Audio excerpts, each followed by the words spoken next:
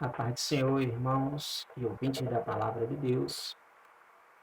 Mais uma lição bíblica do terceiro trimestre de 2023, lição do número 4, sobre o tema quando a criatura vale mais que o Criador. Quando a criatura vale mais que o Criador. É o tema que teremos a abordar nesta aula. Leitura em classe se encontra na Carta de Paulo aos Romanos, capítulo número 1, versículo 18 ao 25. Está escrito assim. A partir do 18 do capítulo 1, está escrito assim. Porque do céu se manifesta a ira de Deus sobre toda a impiedade e injustiça dos homens, que detêm a verdade em injustiça. Porquanto o que de Deus se pode conhecer, nele se manifesta, porque Deus lhe manifestou. Porque as suas coisas invisíveis, desde a criação do mundo, tanto o seu eterno poder como a sua divindade, se entendem e claramente se veem pelas coisas que estão criadas, para que eles fiquem inexcusáveis. Porquanto, tendo conhecido a Deus, não o glorificaram como Deus, nem lhe deram graças, antes em seus discursos se desvaneceram e o seu coração insensato se obscureceu. Dizendo-se sábios, tornaram-se loucos, e mudaram a glória do Deus incorruptível em semelhança da imagem de homem corruptível, e de aves, e de quadrúpedes, e de répteis. Por isso, também Deus os entregou às concupiscências de seus corações, à imundícia, para desonrarem seus corpos entre si, pois mudaram a verdade de Deus em mentira, e honraram e serviram mais a criatura do que o Criador, que é bendito eternamente. Amém. Essa é a leitura correspondente ao tema quando a criatura vale mais que o Criador. Não é uma afirmativa, aqui é um tema, porque a criatura, em fase alguma de toda a humanidade, ela foi muito valiosa mais do que o Criador. Jamais ela foi muito mais valiosa do que o Criador. Jamais ela foi acima do Criador, que é Deus. Então, jamais a criatura será mais valiosa do que o Criador. Ao contrário, o Criador sempre será o mais maravilhoso, o mais valioso. Texto áureo, o último versículo, que é o versículo número 25 do capítulo 1, diz assim que mudaram a verdade de Deus em mentira e honraram e serviram mais a criatura do que o Criador, que é bendito eternamente. Amém. Mudaram. Agora, por que mudaram? Porque deixaram e abandonaram o Criador. Deixaram e abandonaram, desprezaram o único que é bendito eternamente. O Deus Criador de todas as coisas, o dono de tudo. O Deus que fez os céus, a terra, o mar e tudo quanto nela existe. Este foi desprezado pela humanidade, desprezado pelas criaturas criadas por ele, e estas criaturas, estes seres humanos, passaram a honrar mais as coisas que foram criadas e inventadas por eles mesmos do que propriamente o Senhor de tudo, o Criador de tudo, o Deus Todo-Poderoso. Salmo 24, versículo 1, a Bíblia diz que do Senhor é a terra e toda a sua plenitude, o mundo e tudo quanto nela existe. Então, esse Deus Criador, esse Deus soberano, as pessoas estão desprezando. Enquanto desprezam este Criador e soberano, estão aderindo criaturas. Veremos nessa aula o passo a passo sobre essas criaturas que estes adoram, as pessoas adoram, a humanidade adoram, justamente porque abandonaram o Todo-Poderoso, o Deus Criador dos céus e da terra. A verdade prática diz assim: a exaltação da criatura acima do Criador, que é Deus, é a usurpação da glória divina pela mentira e vaidade humana. É uma troca. A exaltação da criatura acima do Criador é uma troca. E é uma usurpação. É um orgulho, é uma soberba.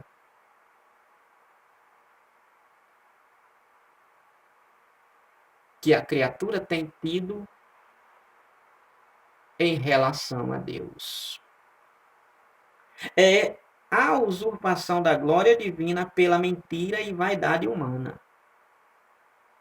Então, o ser humano está querendo, quis e quer estar acima de Deus. Se bem que é apenas um desejo, jamais uma realidade.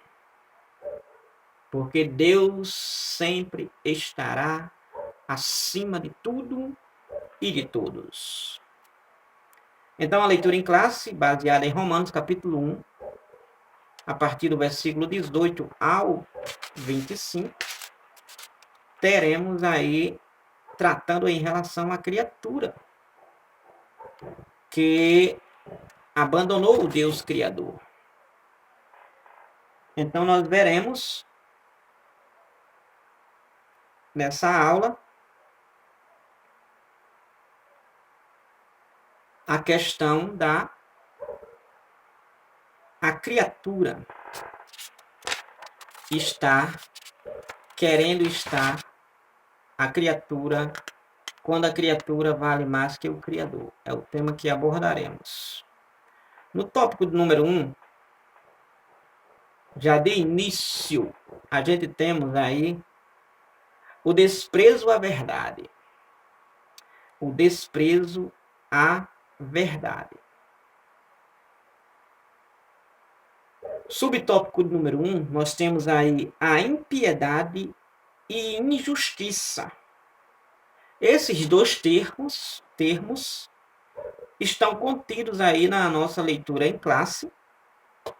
Injustiça e impiedade. Impiedade e injustiça já está aí no versículo número 18, dizendo assim: porque do céu se manifesta a ira de Deus sobre toda a impiedade e injustiça dos homens, que detém a verdade em injustiça. Então, o tópico em si está tratando sobre esse versículo 18 de Romanos 1. E nessa abordagem nós temos aí o destaque que iremos esclarecer sobre a impiedade e injustiça que está contida neste versículo 18. Então, o termo impiedade, neste versículo, significa irreligiosidade. Impiedade significa irreligiosidade, ou seja, a falsa crença, a falsa espiritualidade, mesmo denotando religiosidade. Então, essa impiedade significa irreligiosidade, ou seja, é como que não tivesse uma centralidade, na verdade, é a falta da centralidade no Deus Criador dos céus e da terra. Então, impiedade aqui é irreligiosidade, ou seja, é a falta da religião, aonde poderá até mesmo alegar ter uma religião, porém, não é a religião verdadeira, conforme Tiago 1:27, que é obedecer a Deus, amar a Deus, ser fiel a Deus em tudo. Então, impiedade neste texto, Romanos 1:18, significa irreligiosidade, que se refere à decisão do ser humano de viver como se Deus não existisse. Por isso, impiedade. Irreligiosidade é o significado, que é justamente viver como se Deus não existisse. É como viver sem querer dar contas daquilo que está fazendo. Só que vai haver um dia em que todos prestarão contas diante de Deus, ainda que não queiram. Então, injustiça, no mesmo versículo 18, significa sem retidão.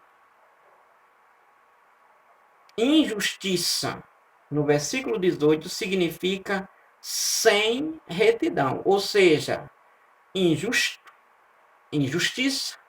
sem retidão, sem fazer as coisas certas, principalmente em honrar e servir a Deus.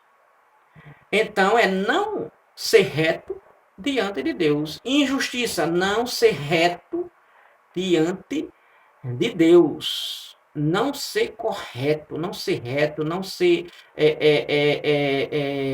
justo diante de Deus.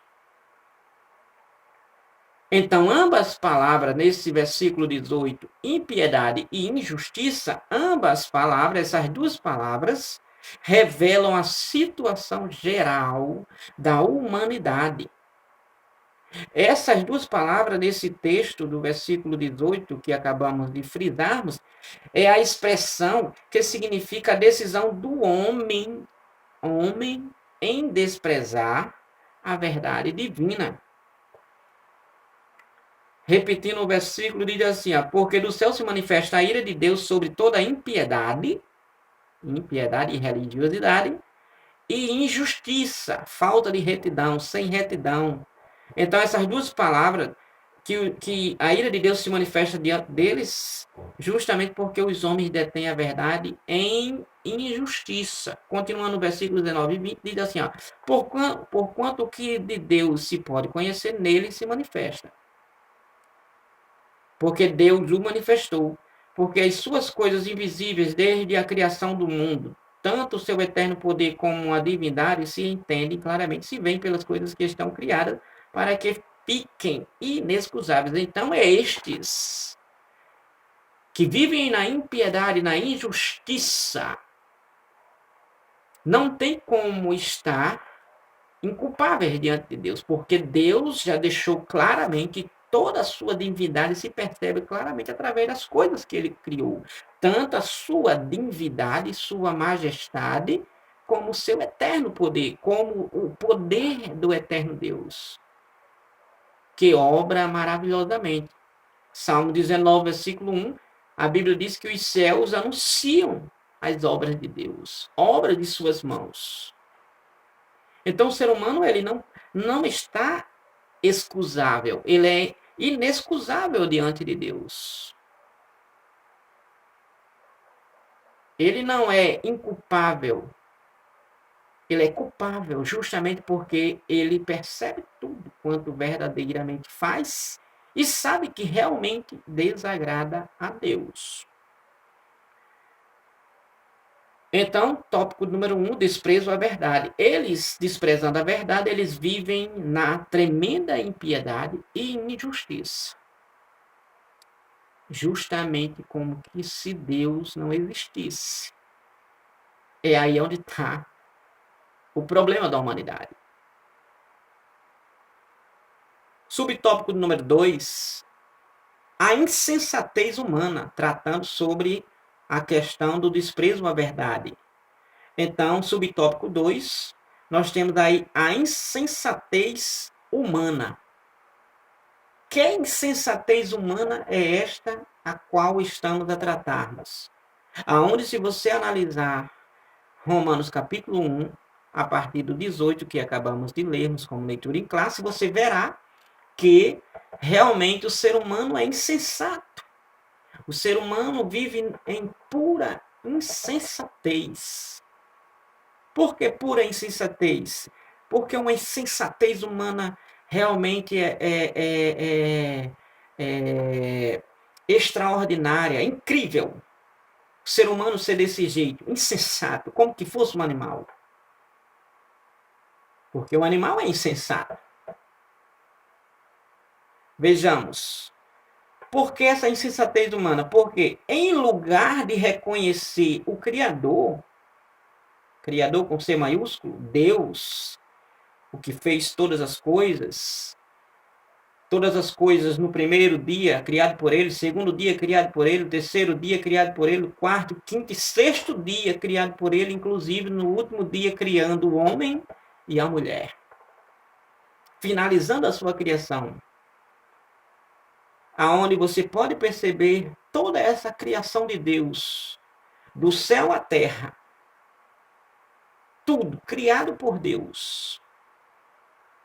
Em Gênesis capítulo número 1, você verá que Deus criou todas as coisas, inclusive o homem.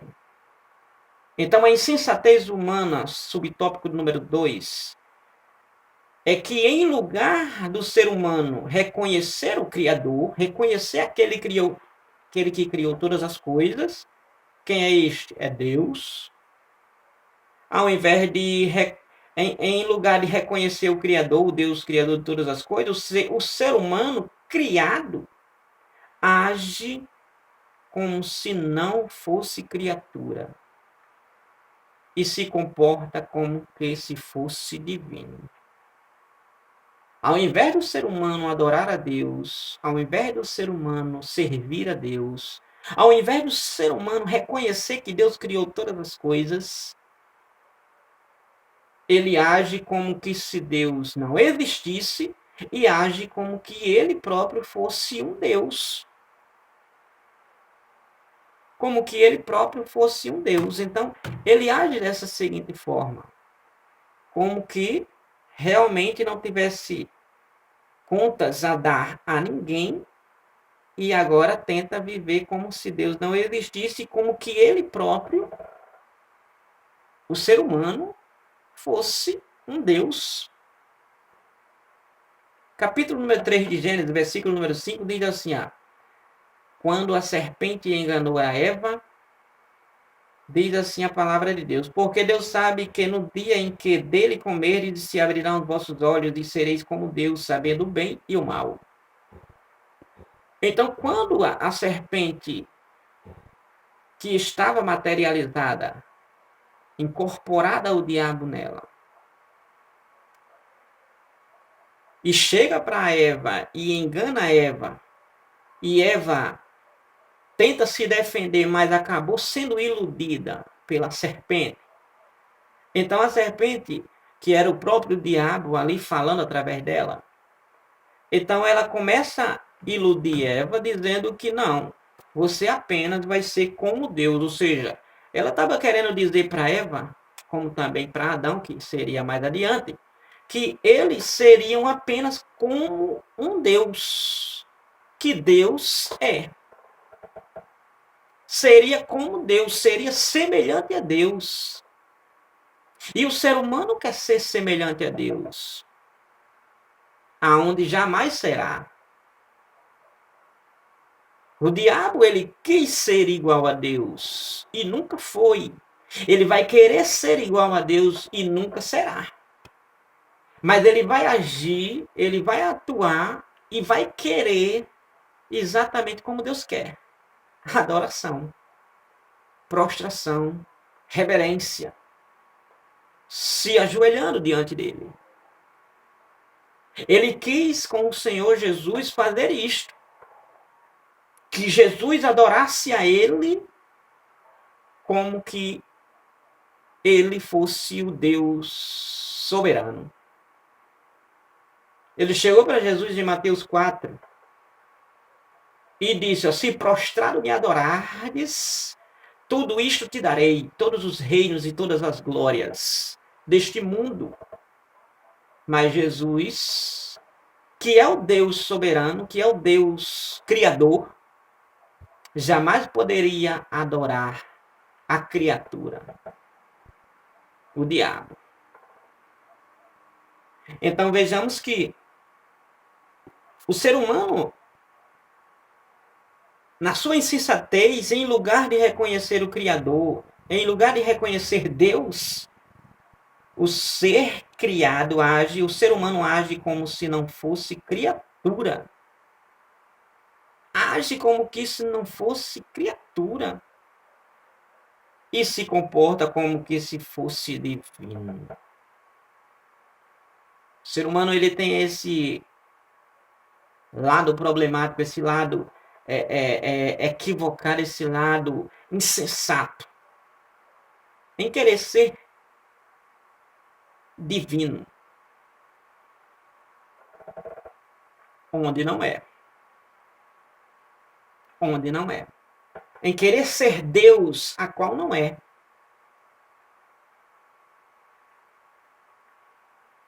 Então o apóstolo Paulo assegura que a revelação geral de Deus, por meio da natureza, faz com que o ser humano possua o conhecimento sobre o Criador. Por isso, ninguém pode ser indesculpável acerca da realidade divina, nem de seu eterno poder, como o versículo número 20 está mostrando para a gente. Que tudo de Deus se mostra claramente. Está manifestado claramente. Subtópico número 3, nós temos aí o culto à criatura. O culto à criatura. Então, o ser humano, ao rejeitar a Deus e as suas leis, ao rejeitar a Deus e suas leis, os filhos da ira, que é o ser humano, sem Deus na vida, são deixados à mercê de seus desejos pecaminosos, dentre eles a impureza sexual e a degradação do próprio corpo. Então, o ser humano, ao rejeitar a Deus e suas leis, então eles são deixados à mercê, eles ficam entregues à própria sorte de seus desejos pecaminosos, dentre eles a impureza sexual e a degradação do próprio corpo. Então, o ser humano ele passa a viver essa realidade em suas vidas. Romanos capítulo número 1, e versículo número 24, diz assim, por isso também Deus os entregou às concupiscências de seus corações, a imundícia, para desonrar seus corpos entre si. O fato do ser humano rejeitar a Deus e suas leis, então, automaticamente ele fica entregue à própria sorte, e agora ele pode fazer o que quiser, até mesmo como diz a Bíblia sagrada para nós aqui, Deus os entregou às concupiscências. Ele pode se entregar à concupiscência, ele pode se entregar à cobiça, ele pode se entregar aos desejos sexuais, à degradação moral do próprio corpo. Mas por que Deus fez isso? Porque eles não querem. O ser humano não quer, então Deus não proíbe. Ao contrário, Deus deixa eles com o livre arbítrio, a capacidade de escolha que eles têm de poderem distinguirem, de poderem escolherem, de poderem optarem por seus próprios desejos. Então, a corrupção moral do ser humano deriva de sua rebelião contra Deus. Então, o culto à criatura deriva de sua rebelião contra Deus. Ou seja, o ser humano só vai cultuar a criatura porque ele se rebela contra Deus. Porque ele transgride a ordenança de Deus, as leis de Deus. Então, a corrupção moral do ser humano deriva de sua rebelião contra Deus. Sua natureza caída, a natureza do ser humano caída, a natureza do ser humano que verdadeiramente foi maculada pelo pecado desde o Éden, Então, a sua natureza caída troca a verdade pelo engano e prefere honrar e servir a criatura em lugar do seu Criador. Então, o ser humano, o que acontece com ele? Ao invés de honrar o Criador e servir o Criador, ele honra e serve a criatura. Versículo 25 diz assim, ó, pois mudaram a verdade de Deus em mentira e honraram e serviram mais a criatura do que o Criador, que é bendito eternamente. Amém. 1:25 de Romanos. Então vejamos que o ser humano ele preferiu, e essa preferência se deu agora, se manifestou, se resumiu, ou na verdade se concluiu em um culto à criatura. Cultuar a criatura. Que berração! Cultuar, servir, honrar a criatura e não o Criador, que é bendito eternamente. Assim, na religião, olha o que acontece. Devido honrar e servir a criatura e não o Criador, que é Deus. Então, o que acontece? Isso a gente podemos ver em realidade no nosso dia a dia. Vejamos bem. Assim, na religião, os seres criados passam a ser cultuados. O que é os seres criados? Repito, assim, na religião, os seres criados passam a ser cultuados. Que seres criados são esses que agora são cultuados, honrados e servidos? Olha só, honrar e servir a lua, o sol, os anjos, o ser humano, as águas, a terra, as plantas e até mesmo os animais. Tudo isto são criaturas. Mas o ser humano, e ainda existem outras, que o próprio ser humano criou. Isto foi Deus quem criou, que acabei de falar.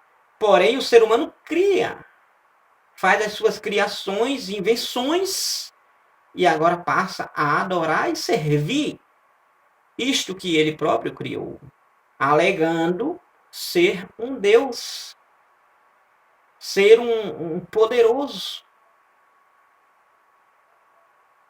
Veja só. Assim, na religião, os seres criados passam a ser cultuados. Olha só, nas ciências, a matéria é colocada acima de Deus. Na ciência, nos especialistas, a matéria é colocada acima de Deus. Querendo questionar, colocando acima de Deus a matéria. A matéria jamais vai estar acima de Deus. Porém, a ciência coloca acima de Deus. Na sociedade, o artista, o atleta, o político ou o líder religioso se tornam uma referência de idolatria em afronta ao Criador, que é Deus, que é bendito eternamente. É uma realidade na sociedade. Estão adorando mais a criatura do que o Criador. Estão adorando mais os cantores do que mais os famosos, mais os jogadores, as bandas, os líderes religiosos, os políticos, e aí por diante. Estão adorando e servindo, estão idolatrando, cultuando, ao invés de adorar a Deus e cultuar a Deus, estão adorando a estes criaturas e invenções da humanidade. Aonde Deus não pode jamais ser trocado por um político, por um líder religioso, por um atleta, por um artista. Jamais. Isto é uma afronta grande ao nosso Deus, aonde não vai ficar barato.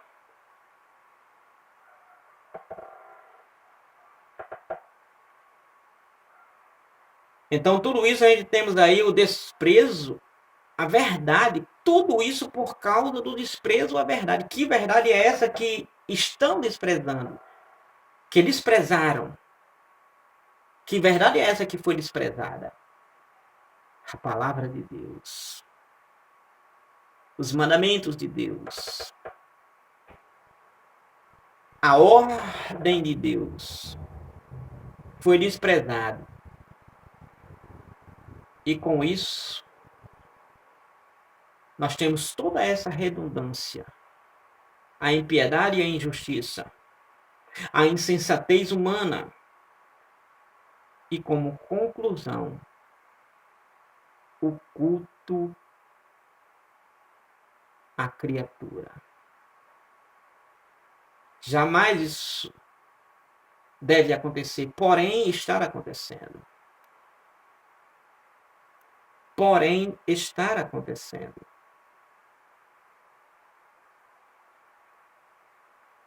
Veremos o tópico número 2, tratando em relação à revolução do pensamento humano, que não deixa de ser um culto à idolatria, que não deixa de ser trocar a verdade de Deus por mentiras. Então, tópico número 2, ponto número 2, agora nós temos aí a revolução do pensamento humano. E nessa revolução do pensamento humano, nós temos aí o ponto número 1, subtópico número 1, o renascentismo, ou a renascência. Que esse renascentismo que nós veremos aí faz parte da mesma linha do iluminismo, humanismo, o antropocentrismo e narcisismo e até mesmo hedonismo. Aonde tudo isto se resume em o ser humano como querendo ser divinizado. Tudo isso se conclui em a divinização humana. Em o ser humano querer ser um Deus.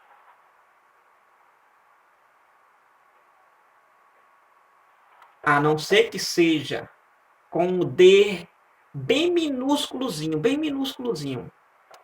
Porque com um D maiúsculo é só o Criador dos céus e da terra. É só o Todo-Poderoso. Aquele de Gênesis 1, como também de toda a Bíblia, mas em Gênesis 1, a criação de tudo, na criação de tudo, no princípio da criação, Deus ordenava uma palavra, apareça a luz, aparecia a luz. Apareça as plantas, apareciam as plantas. Apareçam os animais marinhos, terrestres, celestes, e aparecia. Tudo foi criado a partir do comando, da ordenança, da palavra de Deus.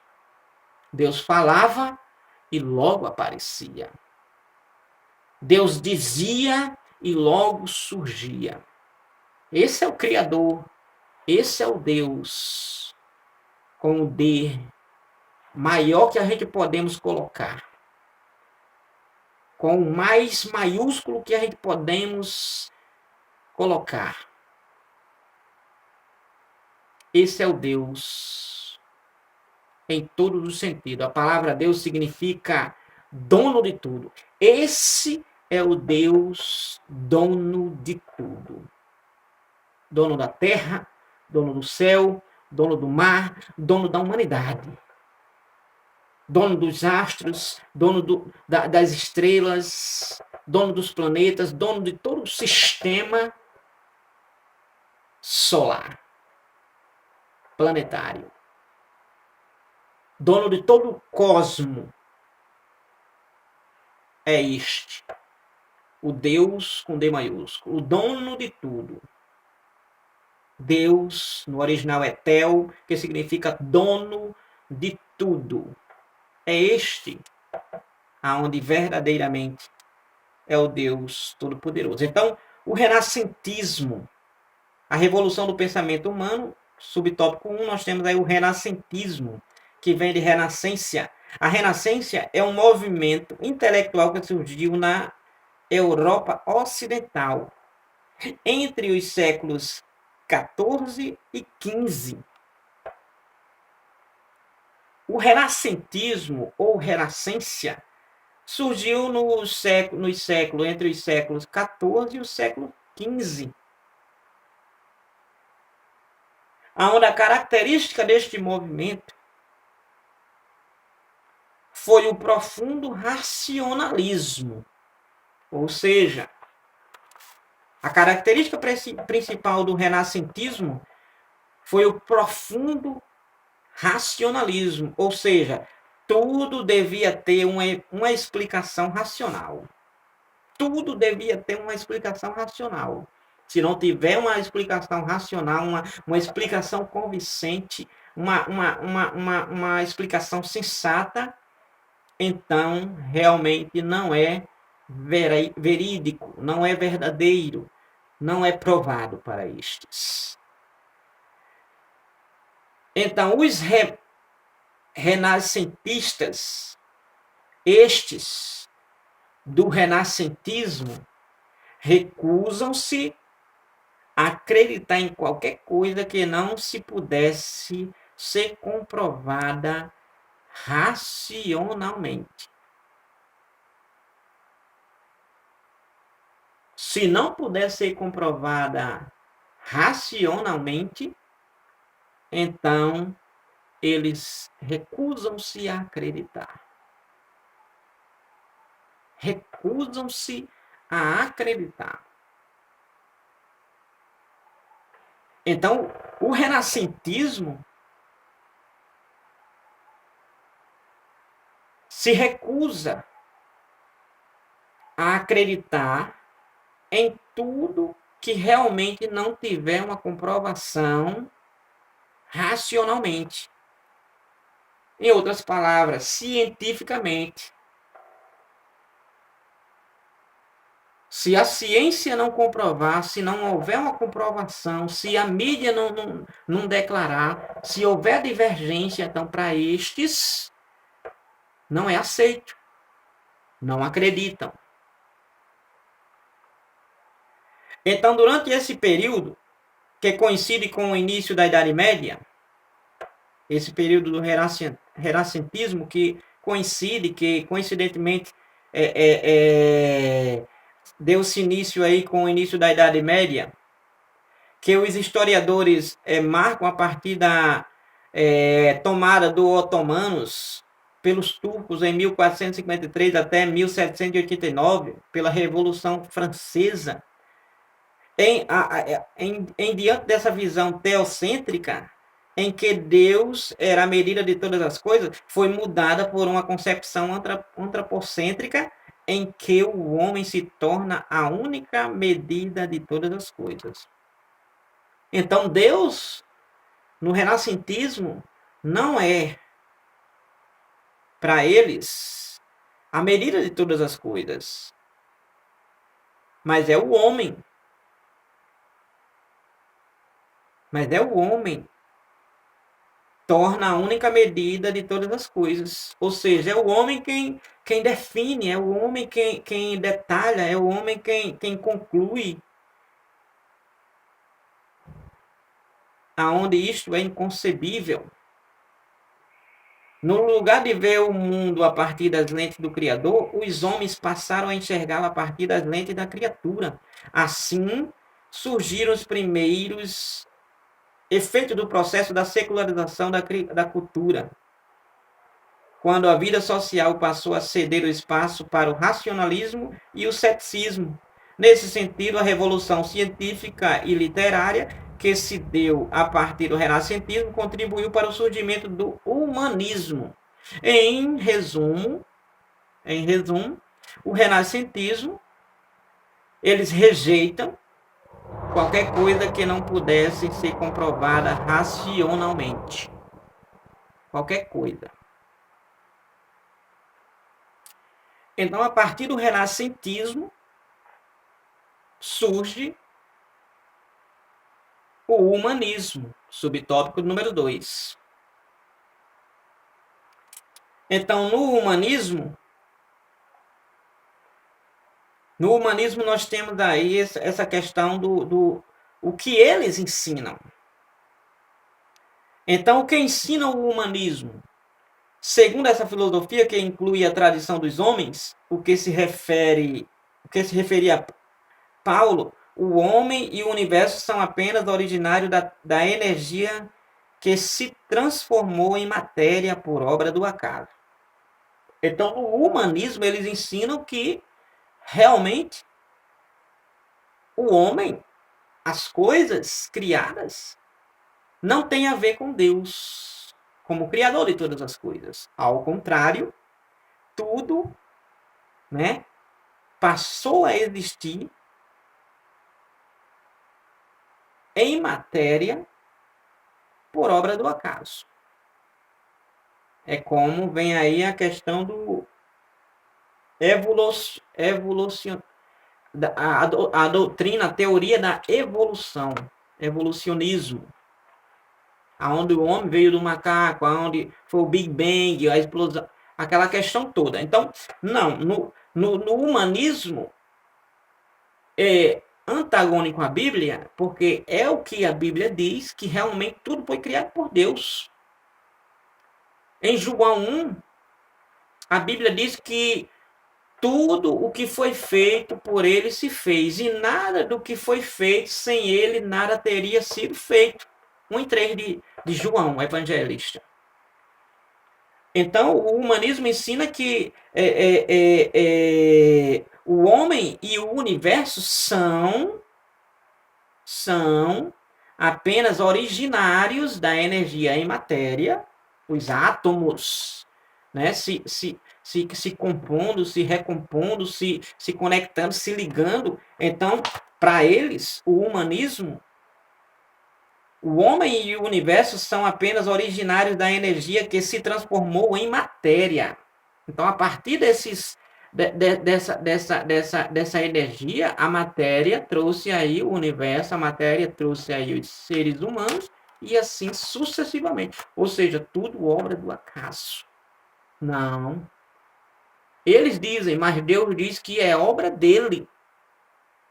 Não é obra do acaso, é obra de Deus. Então, é filosofia irmã do evolucionismo biológico, que é a doutrina, a teoria, melhor dizendo, de Big Bang. O humanismo é irmã dessa teoria do evolucionismo biológico, aonde o homem veio do macaco e foi evoluindo.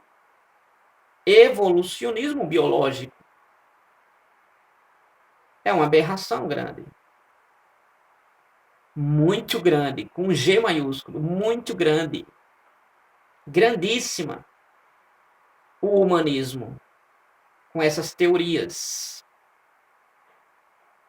Então, eles negam o humanismo, eles negam a existência de Deus pessoal e infinito. Eles negam a existência de Deus pessoal como pessoa. Deus é pessoal, Deus sente, Deus se entristece, Deus se compadece como um ser humano. Também Deus ouve, Deus fala. Então eles negam a existência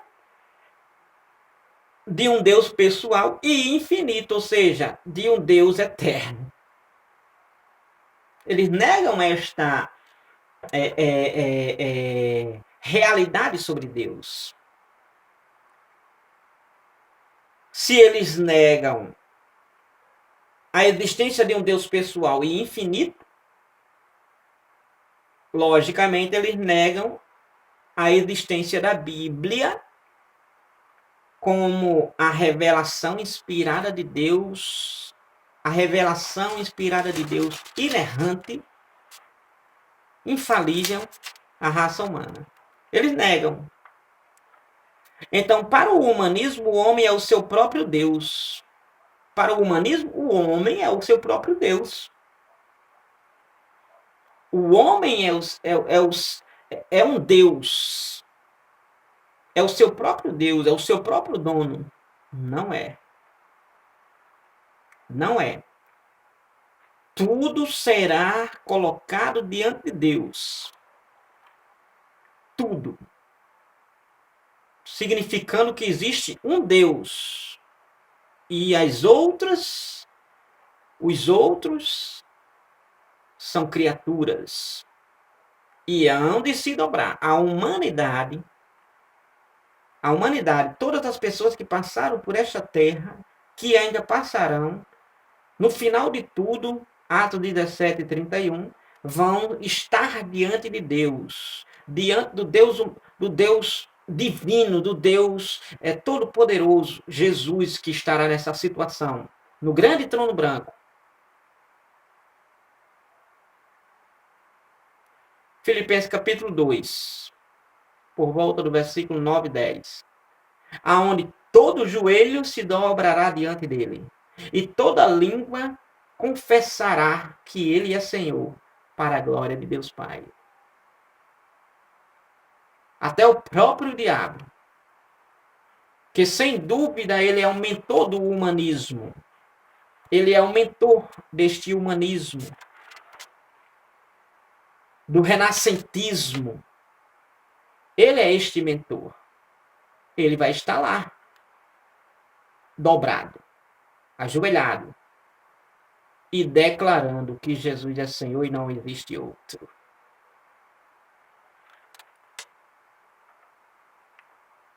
Então, no humanismo, o homem é o seu próprio Deus. No humanismo, teoria diabólica mesmo.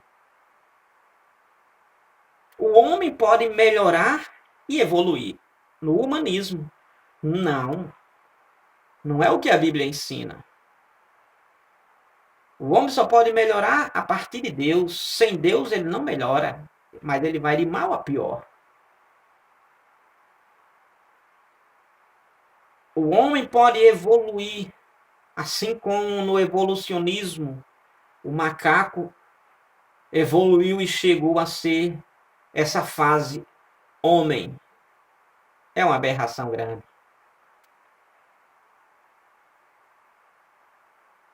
Segundo tais preceitos, por meio da educação, redistribuição econômica, psicologia moderna ou sabedoria humana, o humanismo é relativista, pois crê que padrões morais não são absolutos e sim relativos, e determinado por aquilo que faz as pessoas sentirem-se felizes. Ensina que o homem não deve ficar preso à ideia de Deus, ou seja, o homem não precisa de Deus. No humanismo, se você se sente feliz, vá lá e faça. Se você se sente feliz, prazer, se você se sente bem, então pode fazer. É por isso que as pessoas estão vivendo na prostituição, na droga. É por isso que as pessoas estão vivendo na bebedice. É por isso que as pessoas estão vivendo como que se Deus não existisse. Justamente é o humanismo em volta disso. Justamente é o renascentismo em volta disso. Então, no humanismo, a Itália foi o principal centro humanista nos fins do século XV. Para o movimento humanista, a ética e a moral dependem do homem. Assim, a criatura passou a ser a base de todos os valores e não o criador. Quem é a base de todos os valores, da ética, da moral, dos bons costumes, é Deus. Não é o humanismo. É Deus, não é o humanismo. Para isso, você pode ir para Deuteronômio capítulo 6, versículo 1 ao 8. Deus está dizendo lá sobre a questão da ética e da moral, que é honrar pai e mãe, que é não cobiçar as coisas do próximo, que é não matar, não roubar, não furtar, que é verdadeiramente adorar a Deus acima de tudo e ao próximo como a si mesmo. É Deus quem é a base de tudo. Não é o humanismo. Não. É Deus a base de tudo.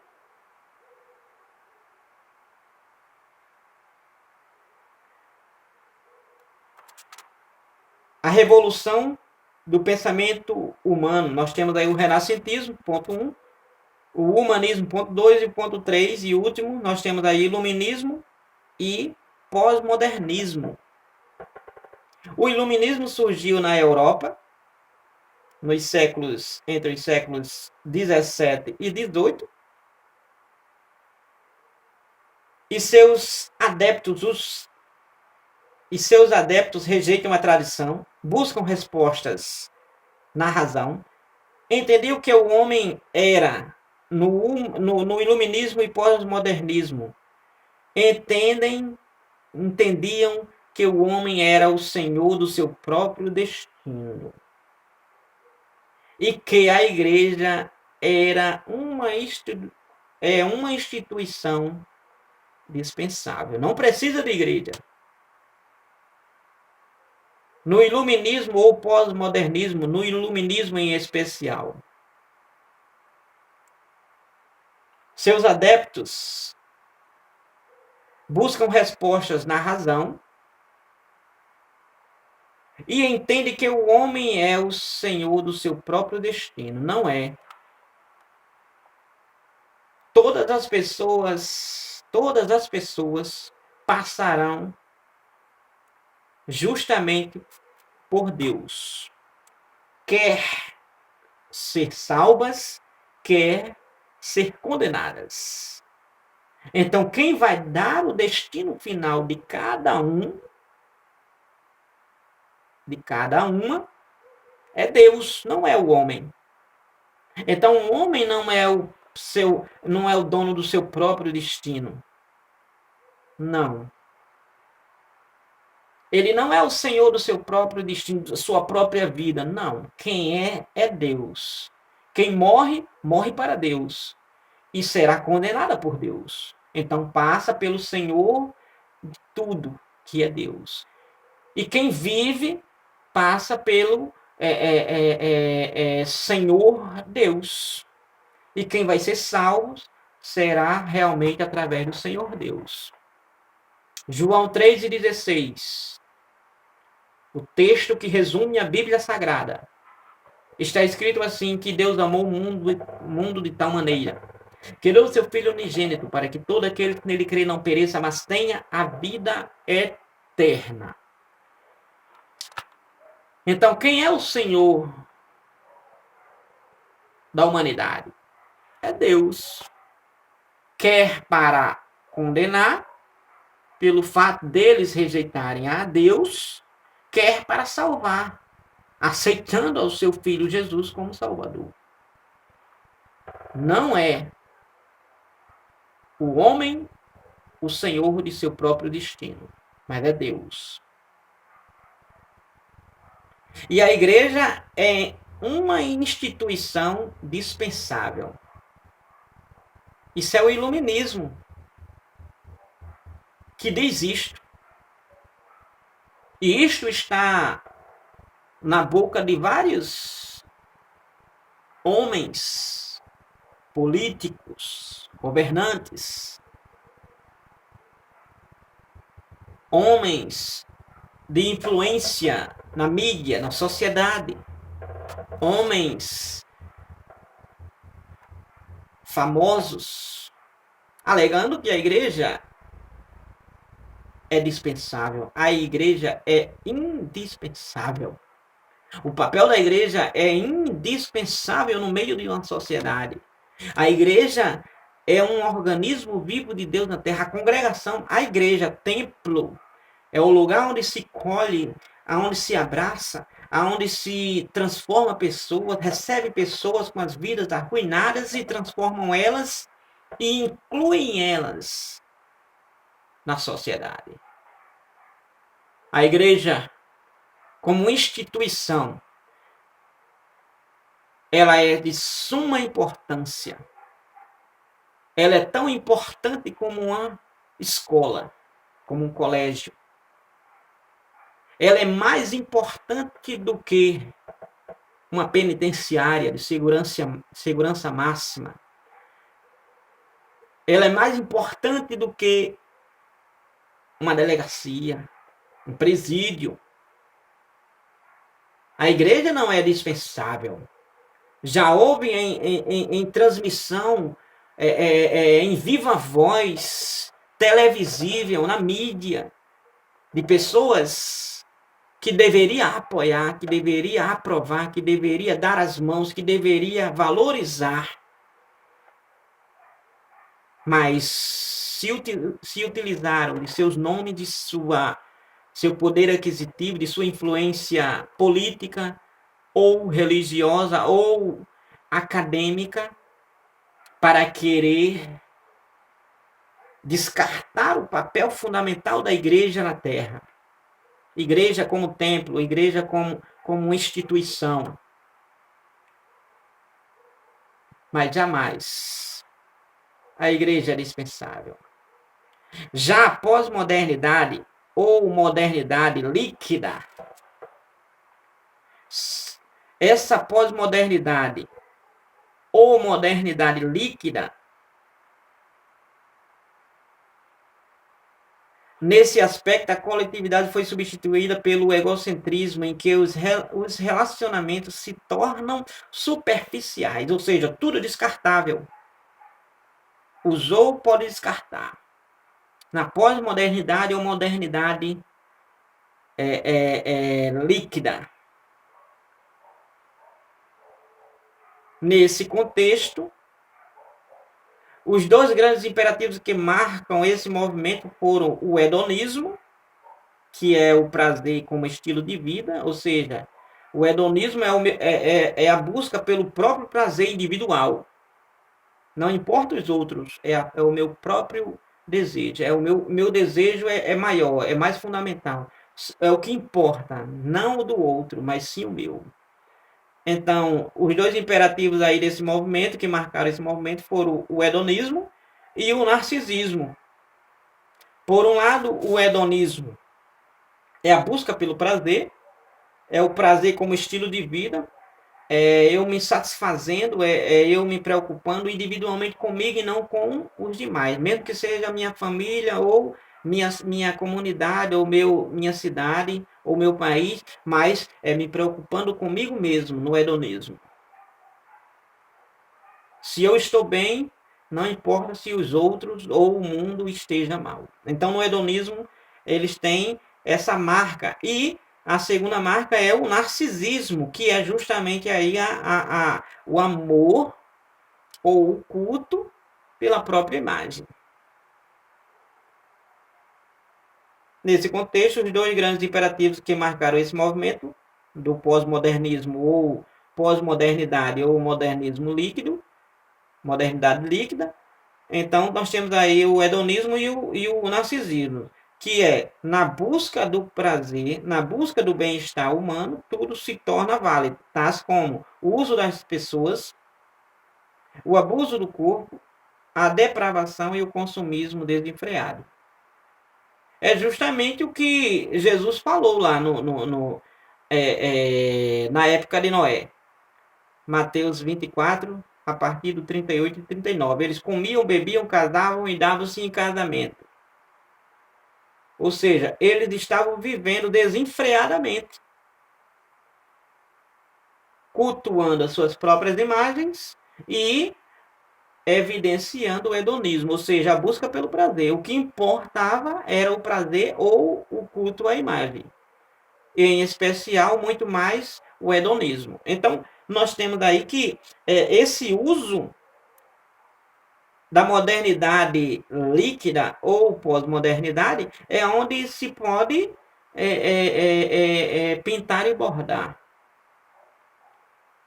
Pintar e bordar. Usar as pessoas. É como um patrão que usou o empregado durante décadas. E agora ele descarta ele como que nunca tivesse trabalhado décadas. É a mesma coisa. Isso faz parte, e isso é o sistema, e isso é o pensamento revolucionista, né? É o pensamento revolucionista aí, do pensamento humano, que verdadeiramente agora está na pós-modernidade descartando. Não dando importância. Não importa. Vejamos bem aí que o desdobramento histórico e cultural do renascentismo culmina na relativização dos valores divinos. Então, esses movimentos do renascentismo, humanismo, iluminismo e pós-modernismo, eles realmente aqui, eles relativizam, todos os três, eles relativizam os valores divinos. Aquilo que Deus estabeleceu, aquilo que Deus determinou, aquilo que Deus exigiu, continua exigindo, então eles relativizam, ou seja, não precisa. Não precisa. Deus disse, olha, vocês vão me servir. Ele diz, não precisamos servir a Deus. Cada um pode fazer o que quiser. Você é livre. Você tem a capacidade de escolha, você é livre. Tá certo, só que dessa forma não. Então, essa revolução, esses pensamentos, essas teorias relativizam, mudam os valores divinos. Como assim? Ao invés de adorar a Deus, adora a criatura. Ao invés de falarem a verdade, falam a mentira. Ao invés de viverem no que é correto, vivem no engano. Então, relativizam os valores divinos, relativizam os mandamentos de Deus. Tópico número 3 e último. No tópico número 3 e último, nós temos no tópico número 3 aí. Tipos de auto-idolatria. Tipos. Aonde iremos citarmos 3. 3 auto-idolatria. A primeira é idolatria da autoimagem.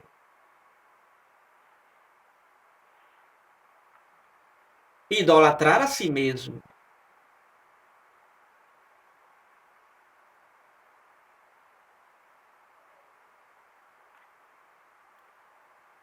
O que é a idolatria da autoimagem? A idolatria é tudo o que se coloca no lugar de Deus. Tudo. A idolatria é tudo que se coloca no lugar de Deus. É tudo que substitui, toma, ocupa o lugar de Deus. Aonde deveria ser Deus priorizado, Deus colocado acima, então é colocado outra coisa. outro objeto ou outra pessoa. Aonde jamais Deus aceita isto. Em momento algum de toda a história, do início até hoje. Então, a idolatria da autoimagem, tipo de idolatria, nós temos aí, a idolatria é tudo aquilo que se coloca no lugar da adoração a Deus. É tudo. Êxodo capítulo 20, versículo 3 e 4. É Deus quem falou para Moisés falar para o povo dele, Israel. Deus diz mesmo assim, não terás outros deuses diante de mim. Não farás para ti imagem de escultura, nem alguma semelhança do que há em cima nos céus, nem embaixo na terra, nem nas águas debaixo da terra. Não te encurvarás a elas, nem as servirás, porque eu sou o Senhor teu Deus, sou Deus zeloso que visita a iniquidade dos pais nos filhos, até a terceira e quarta geração daqueles que me odeiam. Então, quando Deus exige que não é para adorar, que não é para dar adoração a nenhum outro, é nenhum outro. Quando Deus exige que não é para adorar a nenhum outro, é nenhum outro. Está bem claro na palavra de Deus. Olha só. Êxodo capítulo 20, versículo 3 e versículo 4 e 5. Aonde está a explicação de Deus nos mandamentos dos 10. Deus está mostrando claramente, ordenadamente, nitidamente, em alto e bom som, sem deixar dúvidas, Deus está explicitando que não é para dar adoração a nenhum outro. E Deus deixa bem claro, primeiro mandamento, Deus diz, não tenha outro Deus além de mim. Acima de mim, em parceria a mim, associado a mim, não tenha nenhum outro Deus, eu não preciso. Deus está dizendo bem claro aqui, versículo 3 de Êxodo 20. No versículo 4 e 5, Deus dá o segundo mandamento.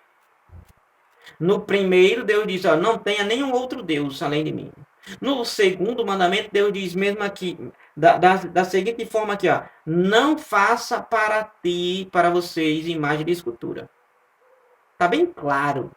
Está bem claro. Não farás para ti imagem de escultura. Não farás para ti imagem de escultura. Está escrito. Não é para fazer nenhum tipo de imagem de escultura. Nenhuma estátua, Deus está dizendo aqui, não é para fazer nenhuma estátua, não é para fazer para ti, para adorar, para ocupar o meu lugar na sua vida, não é para fazer nenhuma imagem, nenhuma estátua, seja ela do que for. Prata, ouro, bronze, seja do que for. Seja do que for, não faça para ti imagem de escultura. Olha o que Deus deixou bem claro aqui, nem alguma semelhança do que há em cima nos céus, nem embaixo na terra, nem nas águas debaixo da terra. Está bem claro. Deus deixa bem claro que não é para fazer.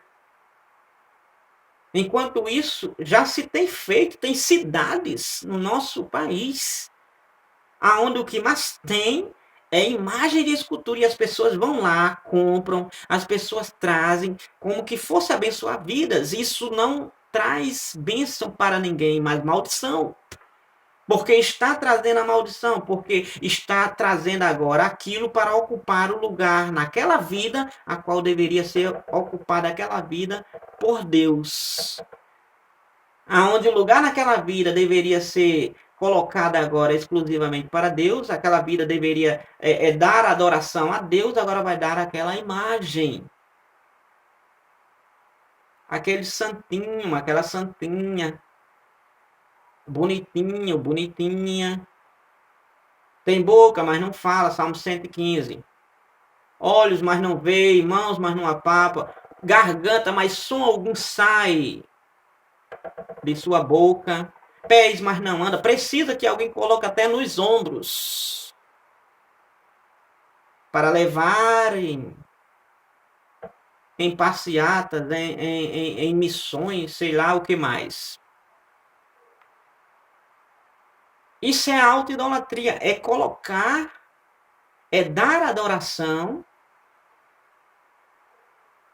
é tudo que se coloca no lugar da adoração a Deus. Então, idolatria, auto-idolatria é tudo que se coloca no lugar da adoração a Deus. Essa adoração deveria ser de Deus e agora está sendo da imagem. Essa adoração deveria ser de Deus e agora está sendo da criatura. Essa adoração seria de Deus e agora está sendo do dinheiro, do carro, está sendo da fama, está sendo do trabalho, está sendo e aí por diante, do filho, da mãe, do pai, está sendo de qualquer uma outra coisa, que deveria ser de Deus.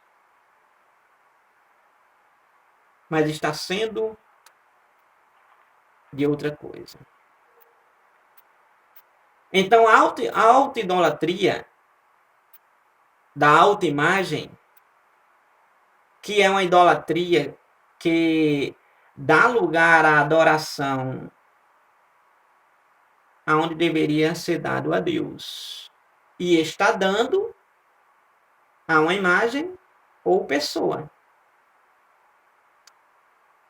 Isaías 42:8, Deus diz, olha, o meu louvor eu não dou a imagem de escultura, nem a minha glória a outrem, a outra pessoa. Eu não dou. Enquanto isso é feito, as pessoas fazem, dão o louvor que deveria ser a Deus, dá a outro. A glória que deveria ser a Deus, dá a outrem. Então, o narcisismo humano reflete a natureza do pecado,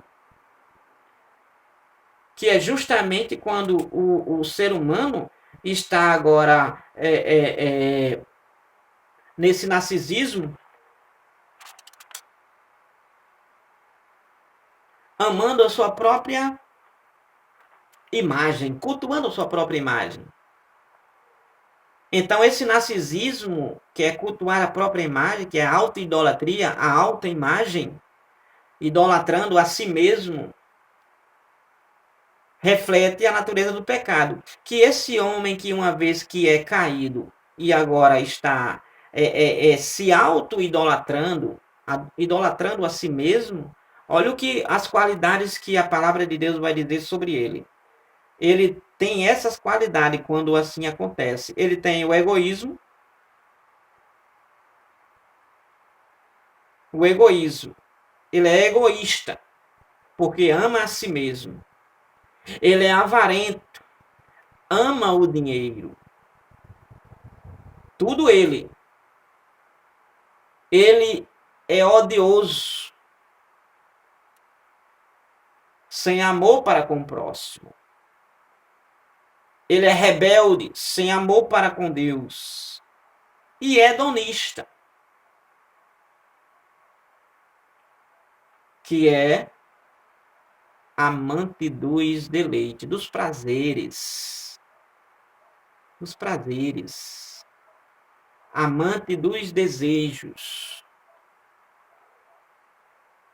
Então, uma pessoa como essa, que cultua a própria imagem, que ama a si mesmo, não a Deus e ao próximo como a si mesmo, ama a si mesmo, ou seja, ele é hedonista ou narcisista.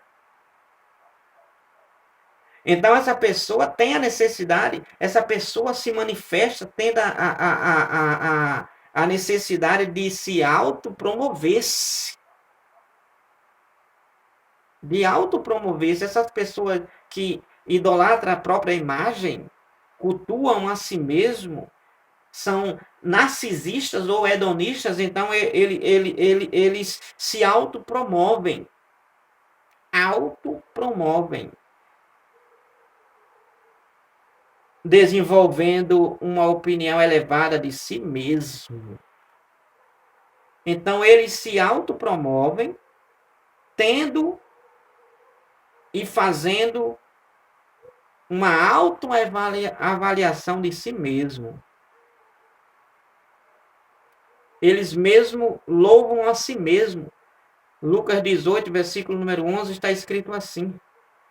Justamente falando sobre isso. O fariseu, estando em pé, orava consigo desta maneira: ó Deus, graças te dou, porque não sou como os demais homens roubadores, injustos e adúlteros, nem ainda como este publicano. Então faz a avaliação de si mesmo, faz a exaltação de si mesmo. Provérbios 27, versículo número 2 da Bíblia diz: seja outro que te louve, não os teus lábios, o estrangeiro e não a tua boca. Aonde aqui, no culto à autoimagem, eles se autopromovem, promovem e faz uma avaliação, uma exaltação elevada de si mesmo. Desprezam a todos e todas, e coloca ele acima. Vejamos bem, ele busca o reconhecimento, anseia por reconhecimento, é uma pessoa que só quer aparecer, reconhecimento, só quer estar por cima. Isso é um culto à própria imagem.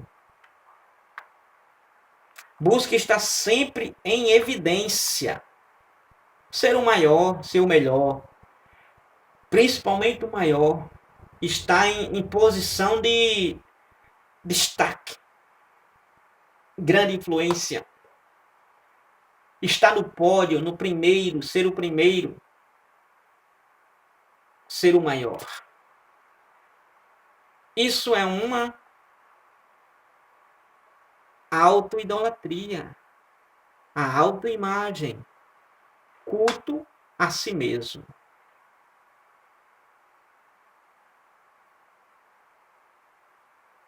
Subtópico 2, idolatria no coração. O coração se refere às emoções, à vontade e ao centro de toda a personalidade. Quando fala-se de coração, está falando sobre as emoções, sobre a vontade e o centro de toda a personalidade humana. Então vejamos que Deus condena a adoração de ídolos no coração. Porque o ser humano ele pode ter não um ídolo na sua casa, mas ele pode ter um ídolo no seu coração.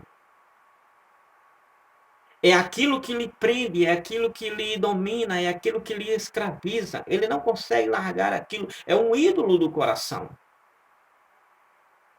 Infelizmente, algumas pessoas chegam a aparentar que adoram a Deus, mas na verdade servem aos ídolos em seus corações. Justamente por quê? Porque estão adorando a si mesma. Estão adorando a si mesmo. Estão idolatrando no coração. Ou seja, se vestem como crente, anda com os crentes, está no canto que o crente deve estar, usa a Bíblia que o crente deve usar, está nos cultos, etc. Mas tem um ídolo no coração. Que ídolo no coração é este?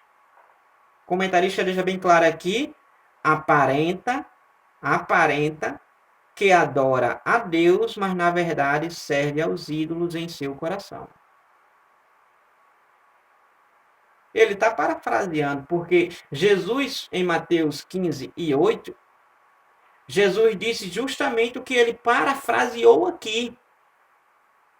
Ele diz que aparenta adorar a Deus, mas na verdade serve aos ídolos em seus corações. Então Jesus, em Mateus 15 e 8, Jesus diz: olha, muitos me honram de lábios, me honram de lábios, ou seja, cantam num púlpito, uma igreja, com muitos membros,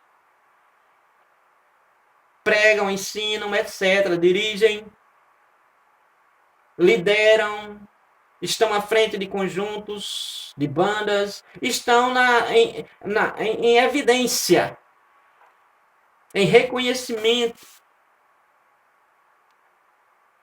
em funções elevadas, privilegiadas. Mas Jesus, justamente corroborando, Jesus disse, ó, muitos me honram de lábios, esse povo me honra de lábios, mas longe está o seu coração de mim. Ou seja, é só uma aparência, não uma realidade. Então, na idolatria no coração, é justamente essa aparência e não a realidade. Assim, quem não teme a Deus traz a idolatria no seu íntimo quando prioriza a reputação pessoal.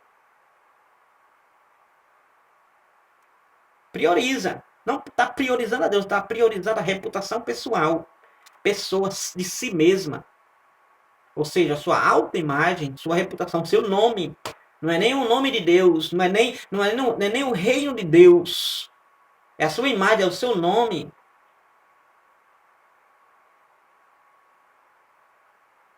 Priorizam a reputação pessoal, buscam o prazer como bem maior, prazer. Aquilo que ele satisfaz, aquilo que lhe deixa bem, aquilo que lhe deixa em destaque, em evidência, em reconhecimento, em elevação. Busca o prazer como bem maior, nutre tendências superficiosas e possui excessivo apego aos bens materiais. Ou seja, não se preocupa com o reino, não se preocupa com almas, não se preocupa com a palavra, não se preocupa com a verdade da doutrina bíblica, mas se preocupa consigo mesmo, com seu bem-estar e com os bens materiais. É o que Jesus contou a parábola do rico insensato, em Lucas 12, a partir do 13. Seu bem-estar, nutrindo suas tendências superficiosas, buscando o seu prazer, eu sou demais e etc. Mas não se preocupava com Deus. E nem se preocupava com a sua alma.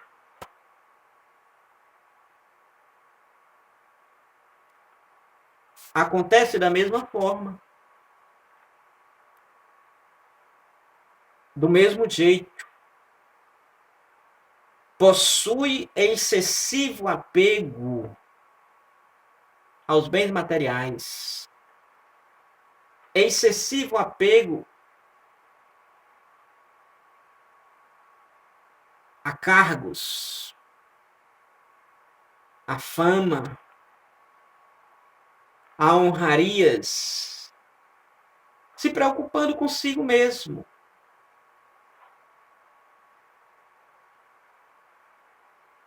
Então, a idolatria no coração, ídolos no coração. Subtópico número 3, idolatria sexual. A idolatria sexual não se trata apenas da prática do ato imoral, mas da busca intencional e compulsiva pelo prazer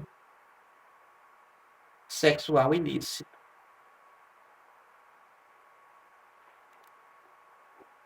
Então, a busca, a idolatria sexual não se trata apenas da prática do ato imoral, mas da busca intencional e compulsiva pelo prazer sexual ilícito. É o altar da idolatria sexual edificado no coração, ou seja, dentro do coração estar ali a idolatria sexual, que é a falha no controle dos impulsos sexuais, que está associada à sensualidade, o modo de se vestir, que não estão se vestindo com modéstia ou pudor, mas sim com sensualidade. Se vestindo para atrair os olhares, para provocar desejos nos homens, ou vice-versa. nas mulheres.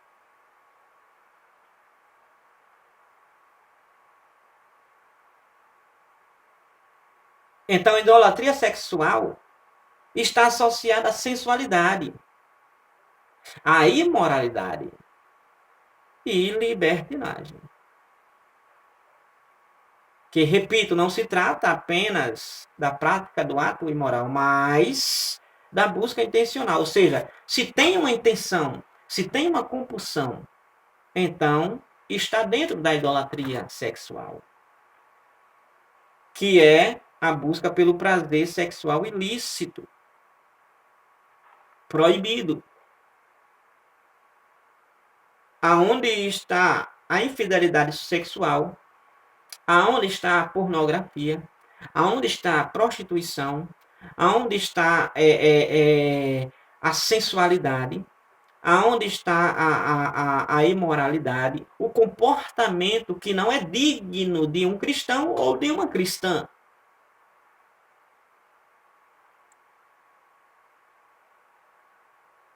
Então, isto é idolatria sexual. Contra isto, a Bíblia diz: vivam no Espírito e vocês jamais satisfarão o desejo da carne. Nova versão na Almeida atualizada.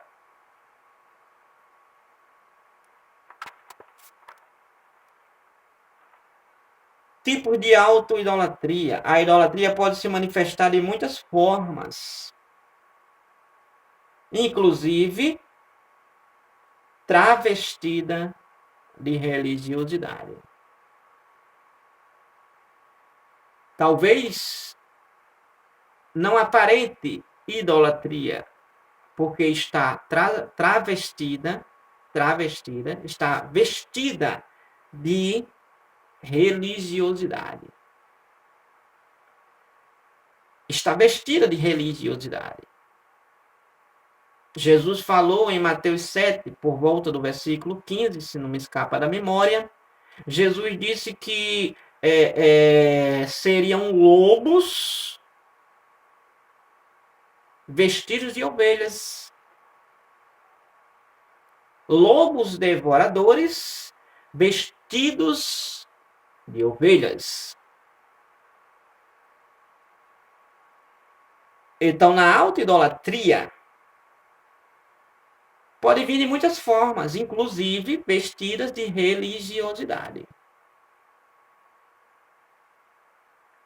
Então, poderá estar em evidência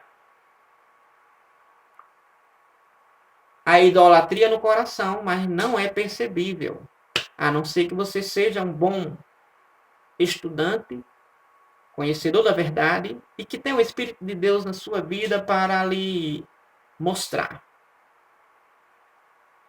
Porque fica microscopicamente, espiritualmente, levando em conta, difícil de se detectar, a não ser que Deus lhe conceda. Caso contrário, passa como que fosse uma superioridade, uma espiritualidade máxima, um grande destaque positivamente enquanto é negativo. Então, a idolatria sexual pode estar incutida, pode estar oculta, mas diante de Deus nada passa oculto, desapercebido. Então, que Deus abençoe a todos. Em nome de Jesus, dou graças por esse momento. E que Deus abençoe você, sua casa, sua família. E que você passe a conhecer a verdade de Deus e não troque a verdade de Deus por mentira e nem adore a criatura em lugar do Criador. Adore a Deus. Deus abençoe a todos, em nome de Jesus.